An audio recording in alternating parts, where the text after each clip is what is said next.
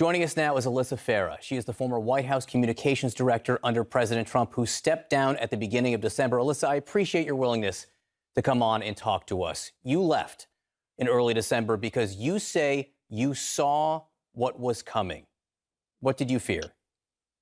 Well, John, thanks again for having me. And first and foremost, I want to say that what happened at the Capitol was unacceptable, un-American, undemocratic, and any Republican, Democrat, person of any political stripes needs to be able to denounce it in the staunchest terms. But I'll tell you this: I had growing concerns about the fact that I felt like we were misleading the public with this endeavor to say that the election was stolen. There began with being legitimate questions about fraud, about irregularities. This happens with most national elections, and obviously when you're doing significant mail-in voting. But we had paths for recourse, more than 60 cases that went before different courts, many with conservative judges. And it became abundantly clear we just didn't win. And that's okay. That's foundational to a democracy. But when you have the President of the United States not telling that to the 74 million people who voted for him, it does a tremendous disservice to them. And it worked up this frenzy and this sort of mob that we saw at the Capitol, and it's just unacceptable. You say the president and his advisors are directly responsible for what happened. Responsible for what? Well, first, responsible for inciting this violence and this attack on such a symbolic part of our democracy, the United States Capitol. I mean, I served in the Capitol for the better portion of a decade. I walked those halls. They allowed this myth, this lie, to take a life of its own, that the election might be overturned. And what the president could have done in the hours that unfolded, and this is what truly broke my heart, because he's a man that I served. I believe in America First policies. I believe in much of our policy agenda, but he could have used those hours to put out a forceful denunciation directly to the protesters to say, stand down. I'm asking you to dissipate, leave the Capitol, go home, vote, elect Republicans, but this is not what we stand for. And hours went by and lives were lost in the wake. And he didn't come out and forcefully say that. And that's unacceptable at any level. Capitol Police Officer Brian Sticknick is dead this morning, died overnight from his injuries suffered during the insurrection. How responsible is the president for that? It's first and foremost, it's heartbreaking. My heart goes out to his family. Again, as someone who served in the Capitol, just like at the White House, you become friends with the Secret Service. I knew many of the Capitol Police. They are good law enforcement officers who put their lives on the line to protect our nation's leaders. And it's awful. This all could have been avoided. That would be my message. But the other message I want to make sure that the American people understand, and like I said, the 74 million people who supported this president, we lost, but that is okay. Vote, get out and vote for Republicans if that's what you believe in. We can stand by the policies, but at this point, we cannot stand by the man.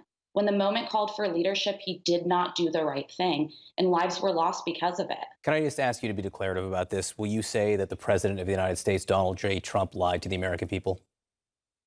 He did on the election, and people around him know better. We know that the results were not going to be overturned. We knew that it was a stunt to carry this on for days longer. And I have to commend my former boss, Vice President Pence, who is a man of conviction and just the highest level of integrity.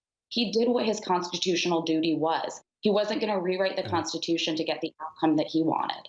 So, Alyssa, you quit the first week of December because you say it was then that you began to realize what might happen. And you do know that there are those asking this morning, what took you so long? What took you so long? And that's fair. And something I want to be clear about is I believed in the policy agenda and much of what we accomplished, and I am proud of much of it. Creating the most inclusive economy in American history, record low Black unemployment, Hispanic unemployment, female unemployment. I'm somebody who believes in economic opportunity. And I was willing to serve. And I also believe anytime you're asked to serve your nation, you should seriously consider saying yes. But when I lost I knew I couldn't influence outcomes when this runaway train of the election was stolen, got wind underneath it. And that's when it was time for me to step down. I wasn't going to mislead people. People I love, people I care about were believing it. They were saying, no, Alyssa, I think he's still going to pull it off. And I would plead with people personally and privately, Like, please know he's not going to. We lost the election, and that is okay. That is what happens in a democracy. Politics is cyclical.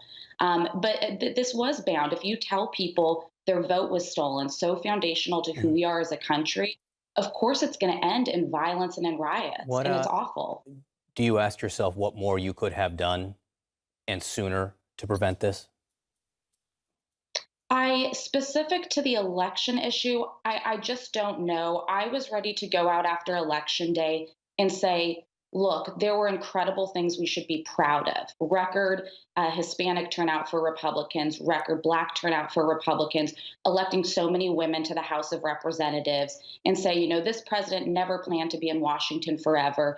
He didn't win, but there's a lot we should be proud of in our agendas moving forward. But I was asked to stand down, and the message instead of the election was stolen is what won the day.